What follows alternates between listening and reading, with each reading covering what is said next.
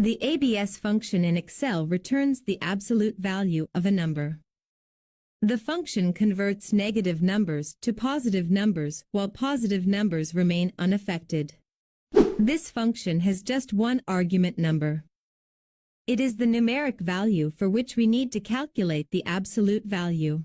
Let's take a series of numbers to understand how this function can be used. For positive numbers, we get the same result. So for 5 is returned as 5.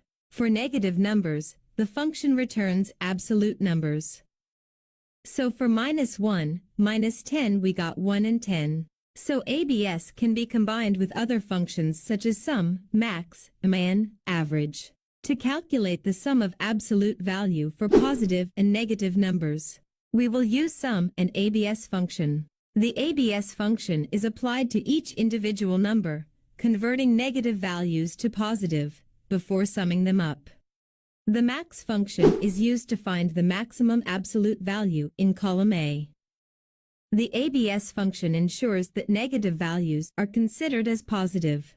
Similarly, the min function finds the minimum absolute value in column A by using the ABS function.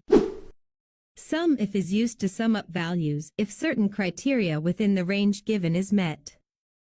I want to sum all negative values. Select the range. The criteria is less than 0. If you found this tutorial helpful, please subscribe to my YouTube channel.